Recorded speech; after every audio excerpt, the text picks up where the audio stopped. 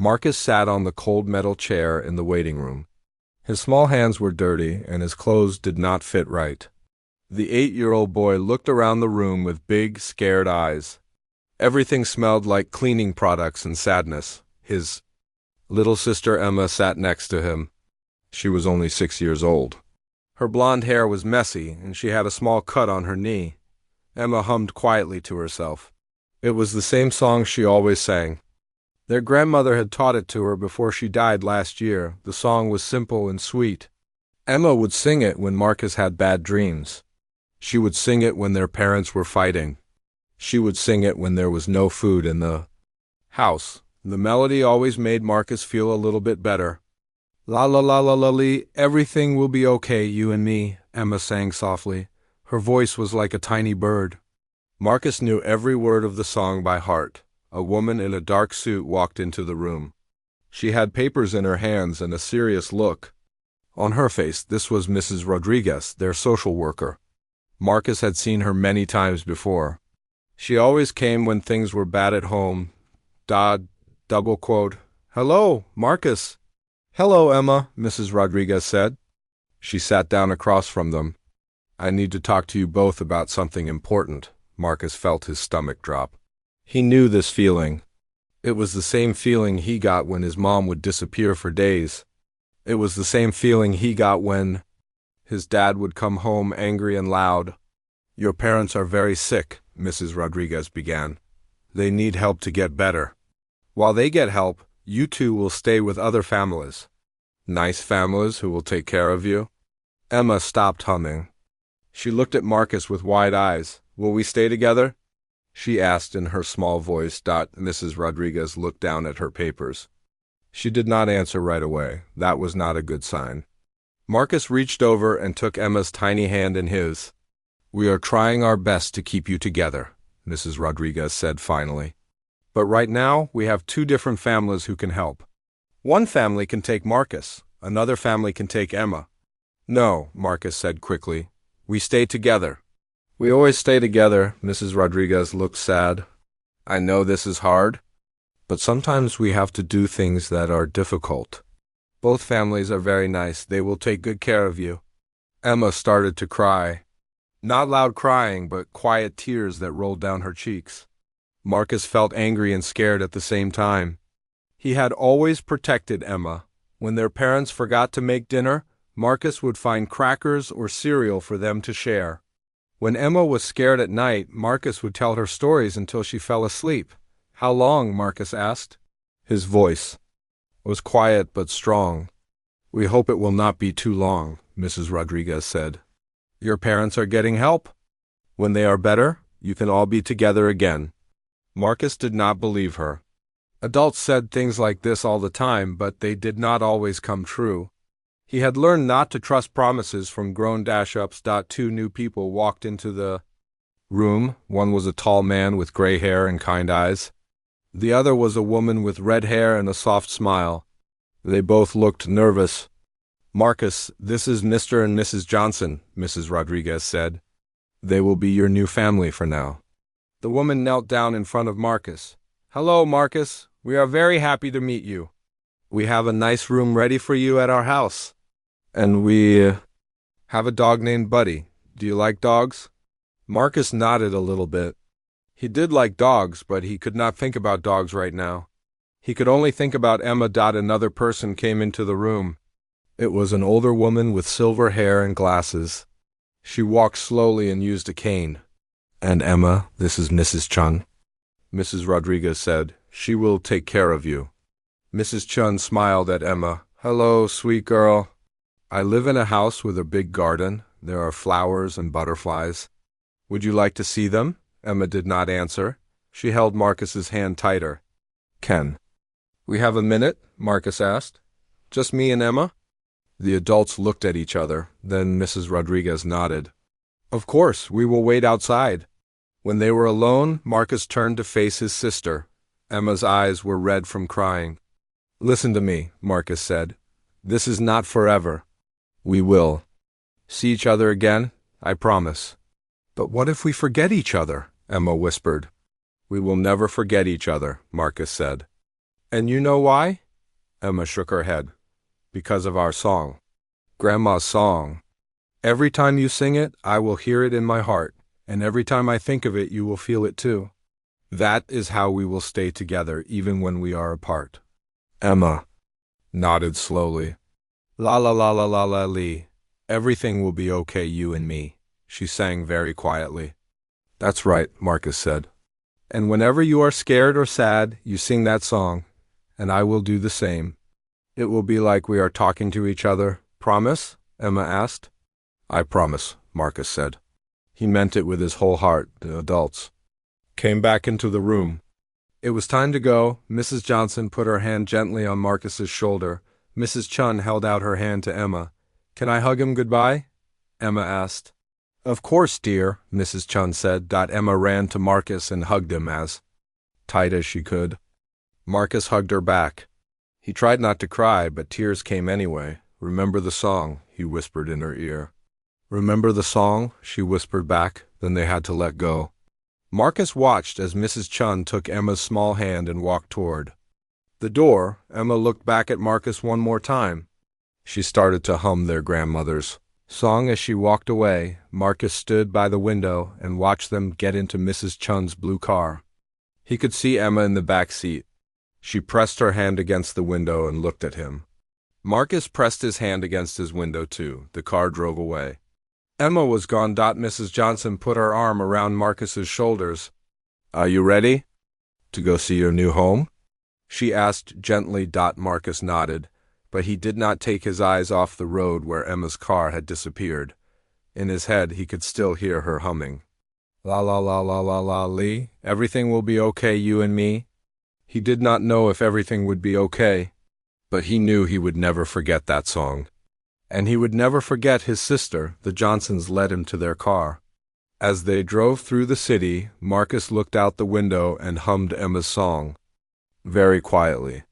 It was all he had left of her now. The song would have to be enough. 3 months passed since Marcus last saw Emma. He lived with the Johnson family now, but it still did not feel like home. Nothing felt like home without his sister. The Johnsons were nice people. Mr. Johnson worked at a bank and always wore clean shirts. Mrs. Johnson taught school and made good food. They had a dog named Buddy who liked to play fetch. But Marcus still felt like a visitor in their house. Every night, Marcus would lie in his new bed and hum Emma's song quietly. He wondered if she was doing the same thing. He wondered if she was safe. He wondered if she still remembered him. One day, Mrs. Rodriguez came to visit. She sat in the Johnsons' living room and talked to Marcus. How are you doing, Marcus? She asked. I am okay, Marcus said. But he was not really okay. He was just getting used to being sad. The Johnsons say you are doing well in school. That is good, Marcus nodded. School was easy. It was better than thinking about Emma all day. Have you heard anything about my sister? Marcus asked. This was the question he always asked. Mrs. Rodriguez looked at her papers. Emma is doing well too. She likes her new school. Mrs. Chun says she is a very sweet girl. Can I see her? Marcus asked. He had asked this question many times before. Not yet, Marcus, but maybe soon. We want to make sure you are both settled first. Marcus did not understand this. He was more settled when Emma was with him. But adults had their own ideas about things. After Mrs. Rodriguez left, Marcus felt sadder than usual. He went to his room and looked out the window. The Johnson house was nice. It had a big yard and clean walls, but it was not where he belonged. The next morning, Mrs. Johnson had an idea. Marcus, there is someone I want you to meet, she said. A friend of mine has a son your age. His name is Tyler. Maybe you two can be friends. Marcus did not want a new friend. He wanted his sister. But Mrs. Johnson looked hopeful, so he nodded. That afternoon, Mrs. Johnson took Marcus to visit Mrs. Patterson. Mrs. Patterson lived in a small house with white curtains and flower boxes. She answered the door with a serious look on her face. Hello? Marcus, Mrs. Patterson said. Please come in. Marcus followed Mrs. Johnson inside. The house smelled like coffee and old books. It was very quiet and very clean. Tyler is not feeling well today, Mrs. Patterson said. But I thought you might like to see the house anyway. As they walked through the house, Marcus noticed something strange. Mrs. Patterson seemed sad, but she was trying to hide it. She showed him the kitchen and the backyard.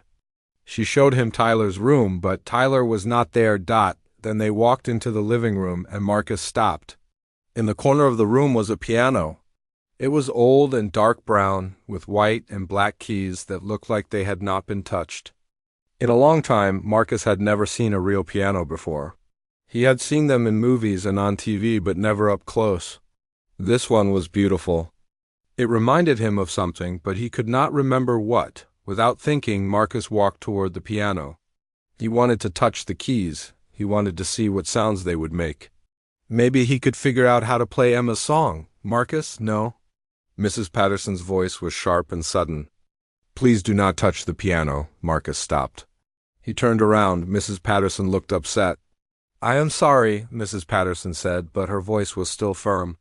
That piano is very special to me. No one is allowed to play it. Marcus nodded, stepped away, but he kept looking at the piano.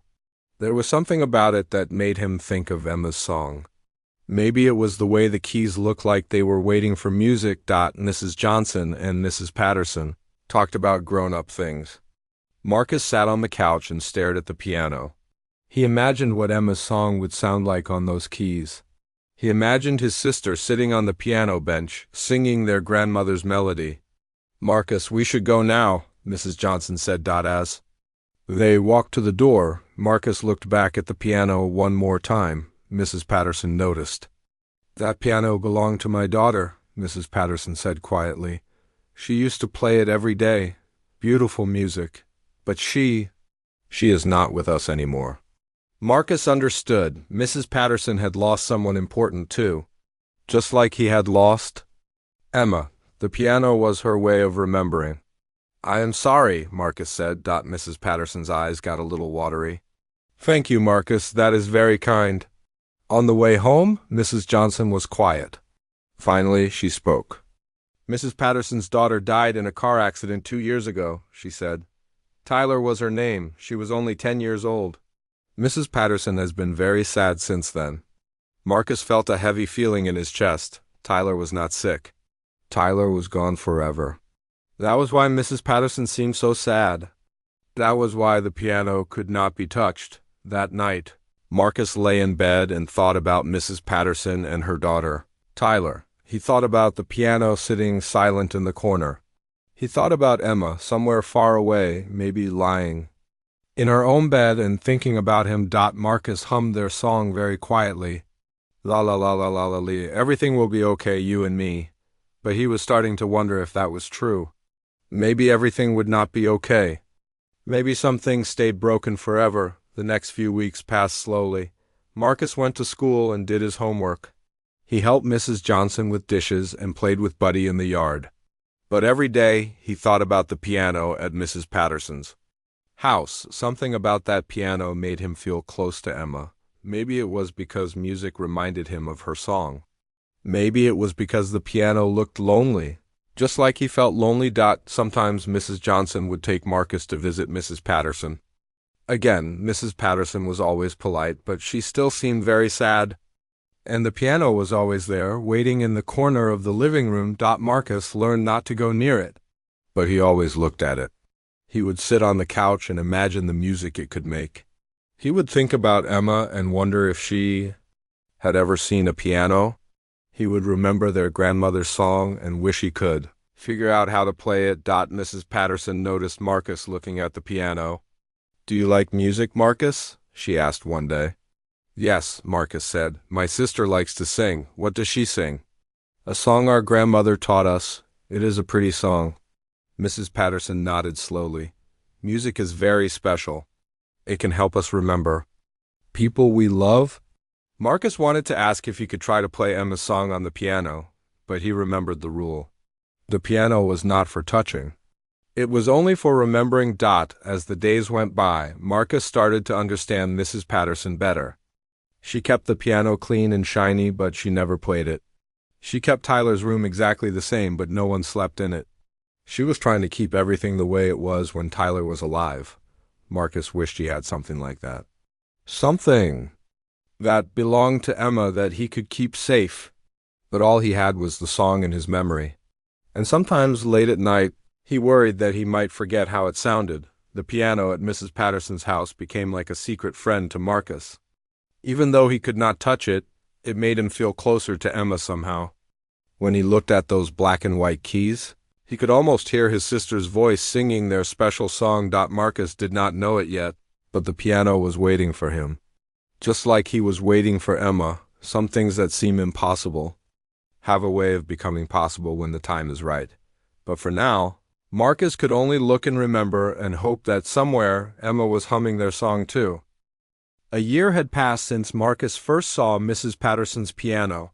He was 9 years old now, and many things had changed. But one thing stayed the same. He still missed Emma every single day. Marcus had gotten used to living with the Johnson family. Mr. Johnson taught him how to ride a bike. Mrs. Johnson helped him with his homework. Buddy the dog followed him around the yard. But Marcus still felt like something was missing from his life. The visits to Mrs. Patterson's house became more regular. Mrs. Johnson and Mrs. Patterson had become good friends.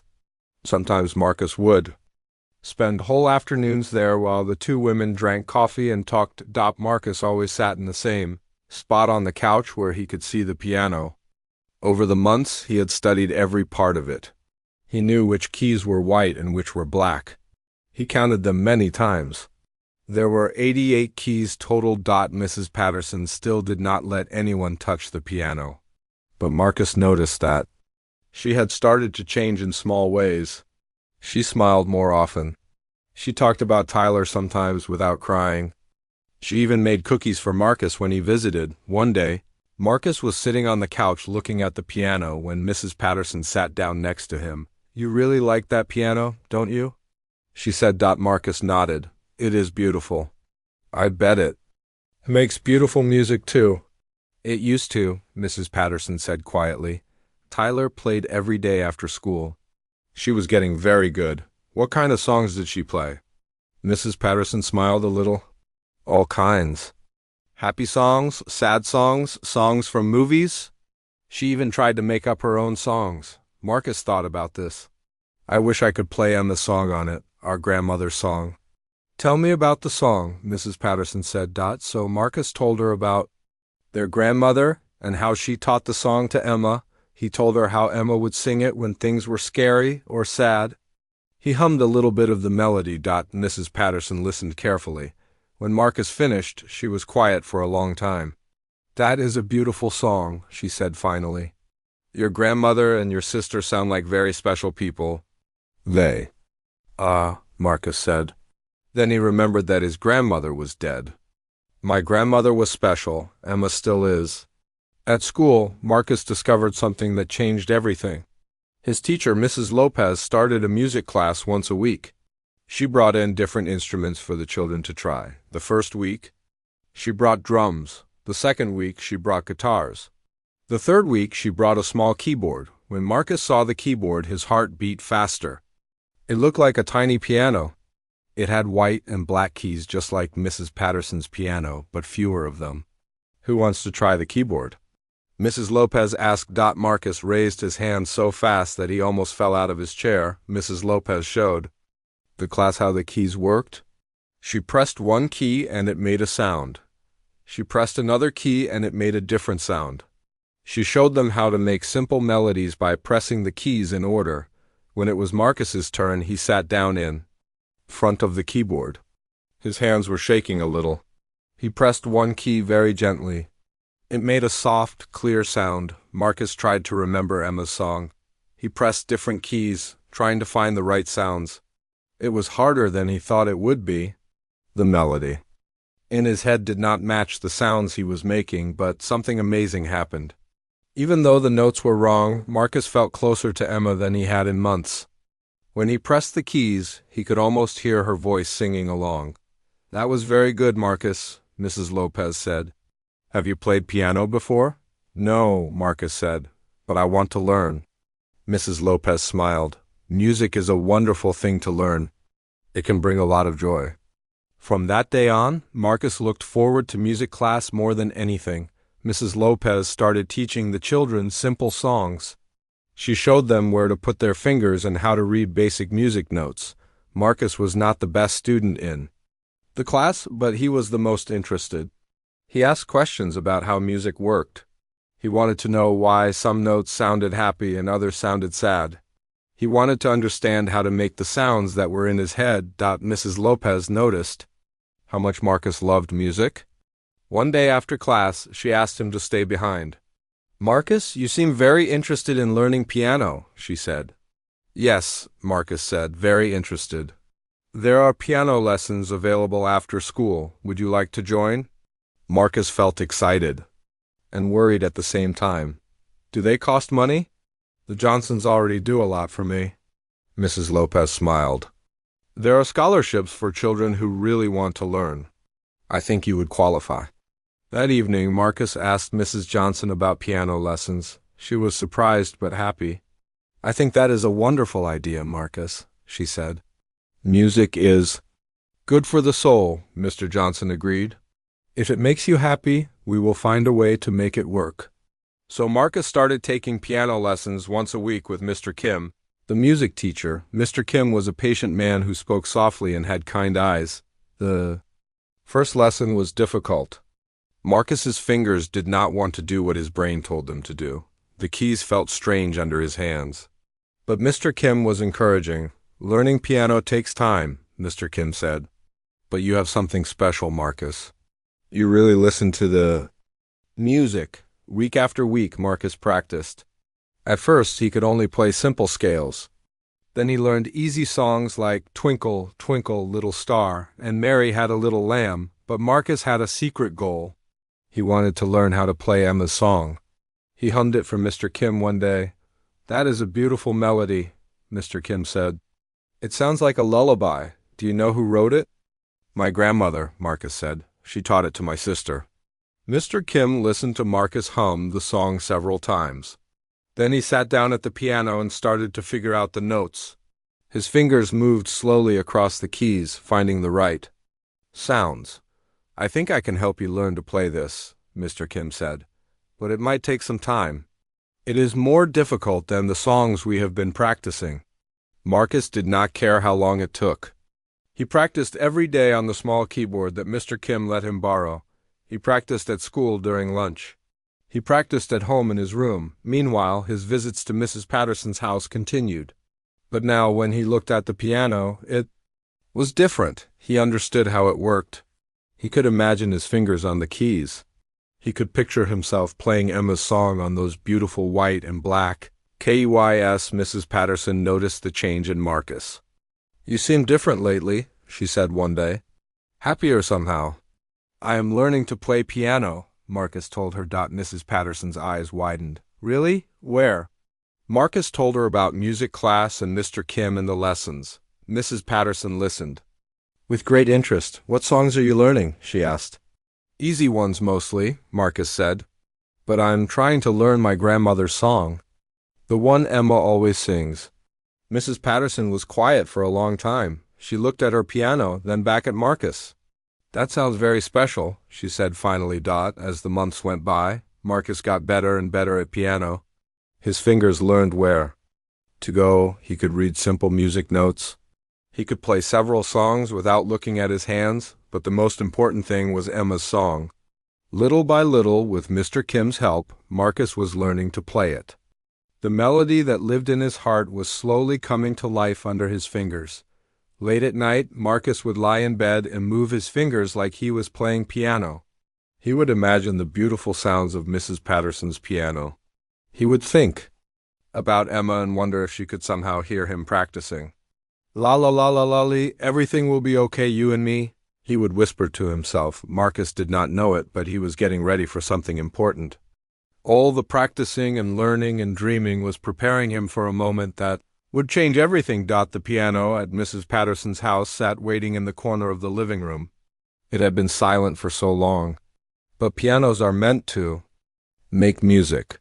And sometimes, when the time is right, they find a way to sing again. 2 years had passed since Marcus last saw Emma. It was a cold Tuesday morning in November. When everything changed forever, Marcus was getting ready for school when Mrs. Johnson called him to the kitchen. She had a strange look on her face, sad and worried at the same time. Mr. Johnson was there too, which was unusual because he was normally at work by this time.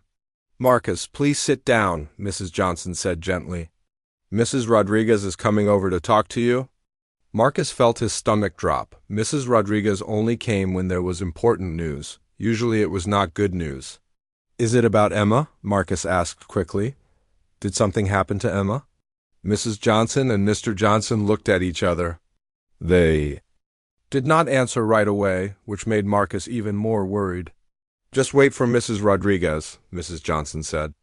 "She will explain everything." Marcus sat at the kitchen table and waited. His hands were shaking. His mind was racing with terrible thoughts. Was Emma hurt? Was Emma sick? Had something happened to their parents? When Mrs. Rodriguez arrived, she looked older and more tired than Marcus remembered. She sat across from him at the table and put her hands together. "Marcus, I have some very difficult news to share with you," she began. Marcus held his breath. "It is about Emma," Mrs. Rodriguez continued. "There was an accident." The words hit Marcus like a punch in the stomach. "What kind of accident? Where is she? Can I see her?" Mrs. Rodriguez's eyes filled with tears. "Marcus, Emma was in a car accident 6 months ago. She did not survive. The world stopped." Marcus heard the words, but they did not make sense. Emma could not be gone. Emma was supposed to come back. They were supposed to see each other again. They had promised. "No," Marcus said quietly. "That is not true. I am so sorry, Marcus. I know this is very hard to understand." "Why are you telling me now?" Marcus asked. His voice was getting louder. "Why did no one tell me 6 months ago?" Mrs. Rodriguez looked ashamed. "There was a mistake in our system. The paperwork was not filed correctly. We should have told you right away. I am very, very sorry." Marcus felt anger rising in his chest like fire. "A mistake? My sister died and no one told me because of a mistake?" "Marcus, I know you are angry. You have every right to be angry." Marcus stood up from the table. "I want to see her. Marcus, I want to see where she is buried. I want to go there right now." Mrs. Rodriguez nodded slowly. "We can arrange that. Mrs. Chun, Emma's foster mother, has been very sad too. She cared about Emma very much."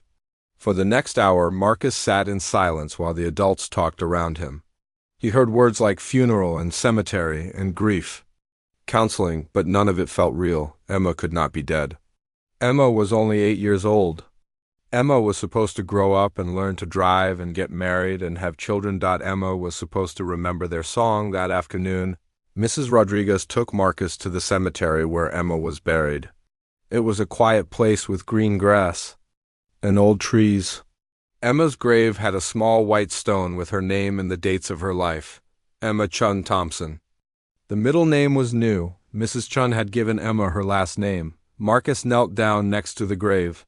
He put his hand on the cold stone and tried to feel something, anything that seemed like Emma, but there was nothing.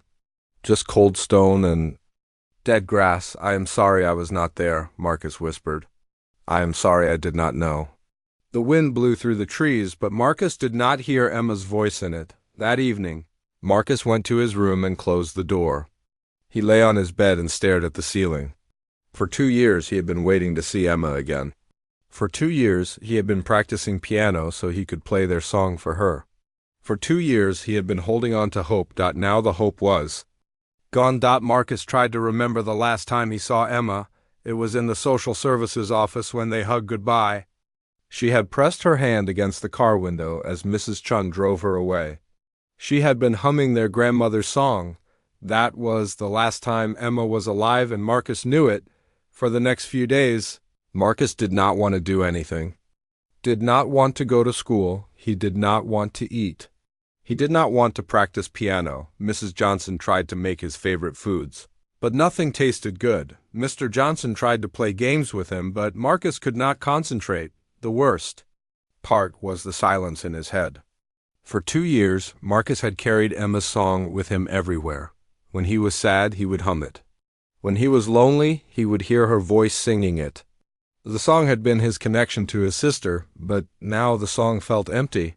What was the point of remembering it if Emma was not alive to remember it too?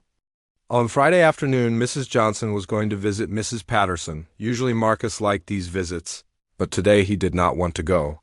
"I think it might be good for you to get out of the house," Mrs. Johnson said gently. Marcus did not argue. He did not have the energy to argue about anything. At Mrs. Patterson's house, Marcus sat on the couch in his usual spot. But he did not look at the piano. He did not want to think about music anymore. Music reminded him of Emma, and thinking about Emma hurt too much. Mrs. Patterson and Mrs. Johnson talked quietly in the kitchen. Marcus could hear them saying words like grief and therapy and time to heal. He did not want to heal. He wanted Emma back. After a while, Mrs. Patterson came and sat next to Marcus on the couch. "Mrs. Johnson told me about your sister," she said softly. "I am very sorry for your loss." Marcus nodded but did not say anything. "Losing someone you love is the hardest thing in the world," Mrs. Patterson continued.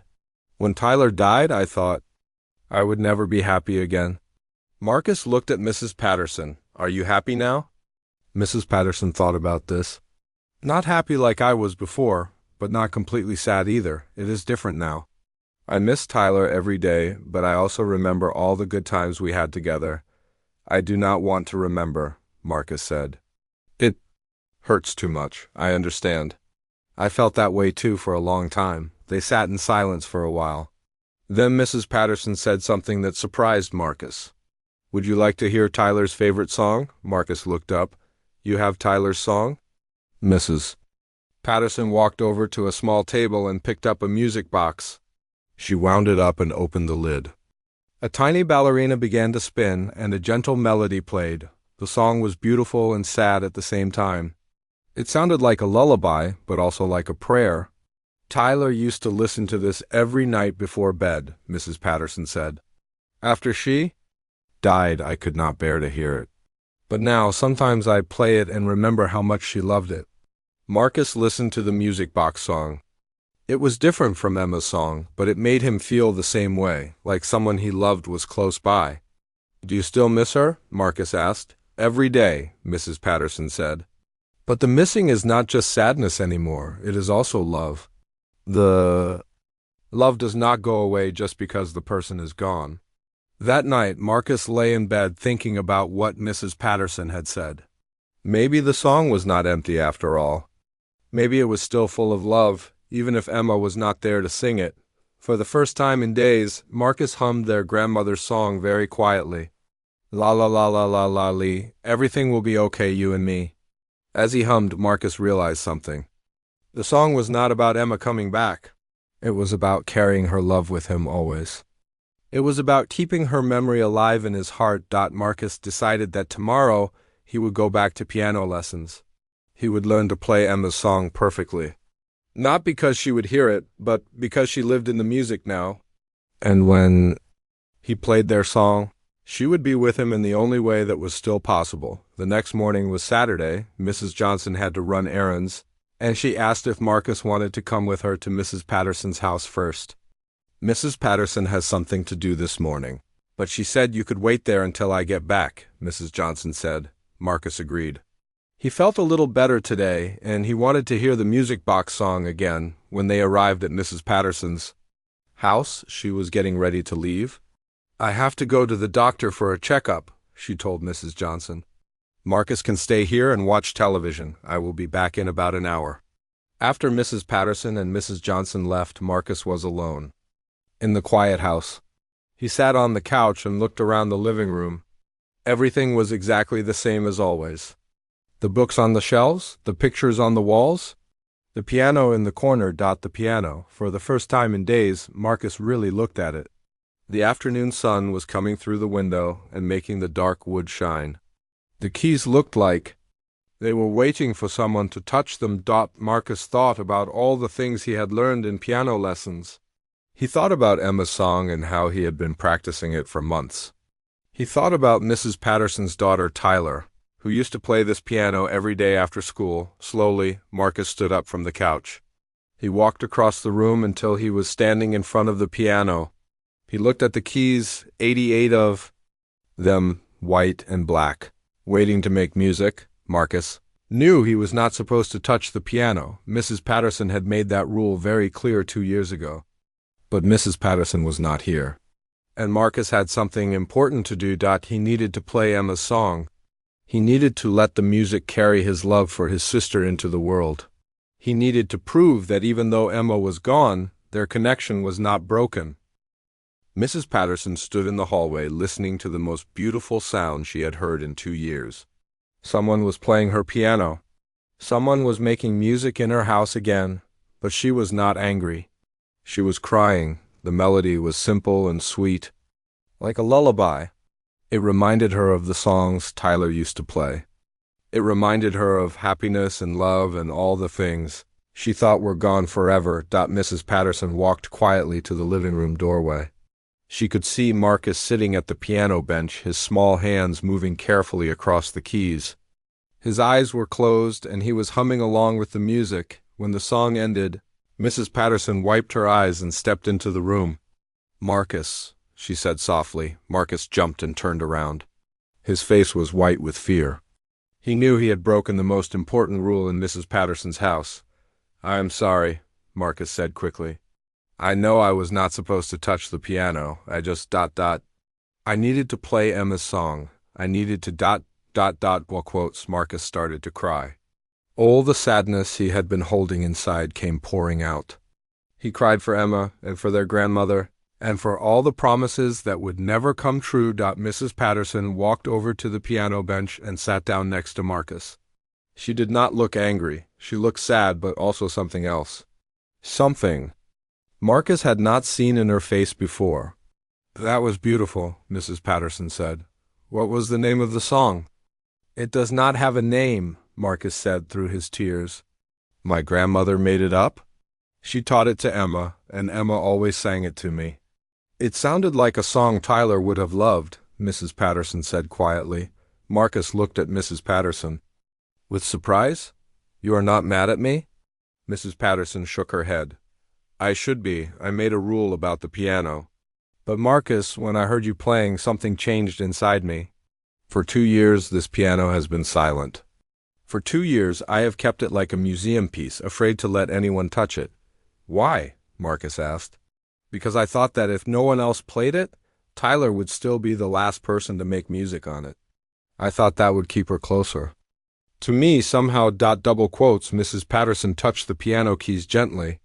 "But when I heard your song, I realized something. Tyler loved this piano because it made beautiful music. She would not want it to sit silent forever. She would want it to bring joy to other people." Marcus wiped his eyes. "Do you think Tyler would have liked Emma's song?" "I think she would have." "Loved it," Mrs. Patterson said. "It sounds like the kind of song she would have learned and played for me every day." They sat together in silence for a moment. Then Mrs. Patterson asked, "Would you play it again?" "I would like to hear it one more time." Marcus put his hands back on the keys. This time he was not afraid.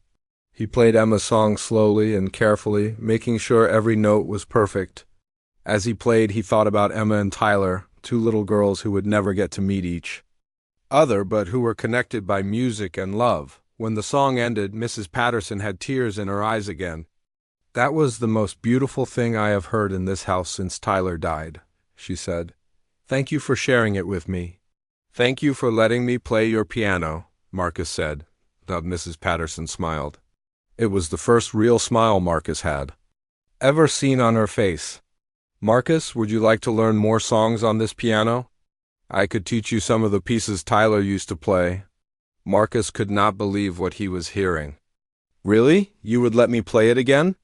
"I think Tyler would like that. And I think it would help both of us remember the people we love." From that day forward, everything changed. Mrs. Patterson started giving Marcus piano lessons twice a week. She taught him the songs Tyler had loved, classical pieces and folk songs and simple melodies that filled the house with music again. Marcus practiced Emma's song until he could play it perfectly. But Mrs. Patterson taught him something even more important. She taught him how to put his feelings into the music. When he missed Emma, he played sad, slow songs. When he remembered happy times with his sister, he played bright, cheerful melodies. Mrs. Patterson changed too. Having music in her house again brought back her smile. She started cooking more and laughing more. She told Marcus stories about Tyler and the songs she loved to play. One day, Mrs. Patterson made an announcement that surprised everyone. "I have been thinking," she told Mrs. Johnson during one of their visits. "Marcus has been staying with you for 2 years now. You have done a wonderful job taking care of him. But I was wondering, would Marcus like to come live with me permanently?" Mrs. Johnson looked shocked. "Are you sure, Helen?" "That is a big decision. I am very sure," Mrs. Patterson said. "Marcus has brought music and joy back into my life. And I think I can give him something he needs too, a permanent home with someone who understands loss and love." When they asked Marcus what he thought, he did not hesitate. "Yes," he said, "I would like that very much." The paperwork took several months, but eventually Marcus moved in with Mrs. Patterson permanently. She became his legal guardian and, more importantly, his family. Marcus's room was next to the living room, so he could hear the piano every day. Mrs. Patterson bought him his own music books and let him practice whenever he wanted. Sometimes they played duets together. Mrs. Patterson had learned to play piano when she was young, though she had not touched the keys since Tyler died. On quiet evenings, Marcus would play Emma's song while Mrs. Patterson listened. Sometimes she would tell him about Tyler, and he would tell her about Emma. They shared their memories and their sadness, but also their love. Mrs. Patterson taught Marcus that grief does not have to be carried alone. She taught him that remembering people you love is not just about being sad, it is also about celebrating their lives and keeping their spirits alive. Marcus learned to play many songs on Tyler's piano, but Emma's song remained the most special. Every time he played it, he felt connected to his sister and his grandmother. The music carried their love across time and space, proving that some bonds can never be broken. 1 year after Marcus came to live with Mrs. Patterson, they had a special ceremony. They invited Mrs. Johnson and Mr. Kim and Mrs. Rodriguez. Marcus played a concert of all the songs he had learned, ending with Emma's lullaby. When he finished, there was not a dry eye in the room. "Emma would be so proud of you," Mrs. Rodriguez said. "Tyler would be proud too," Mrs. Patterson added. After everyone went home, Marcus and Mrs. Patterson sat together at the piano. "Do you miss them less now?" Marcus asked. Mrs. Patterson thought about this carefully. "I do not miss them less, but the missing hurts less. When you play music, when you share memories, when you love other people, the sadness becomes part of something bigger. It becomes part of love." Marcus understood. He would always miss Emma. He would always wish she could hear him play their grandmother's song. But Emma lived on in the music, in his memories, and in the love he shared with Mrs. Patterson. Late that night, Marcus sat alone at the piano and played Emma's song one more time. As the gentle melody filled the quiet house, he whispered the words they used to sing together, "La la la la lee, everything will be okay, you and me."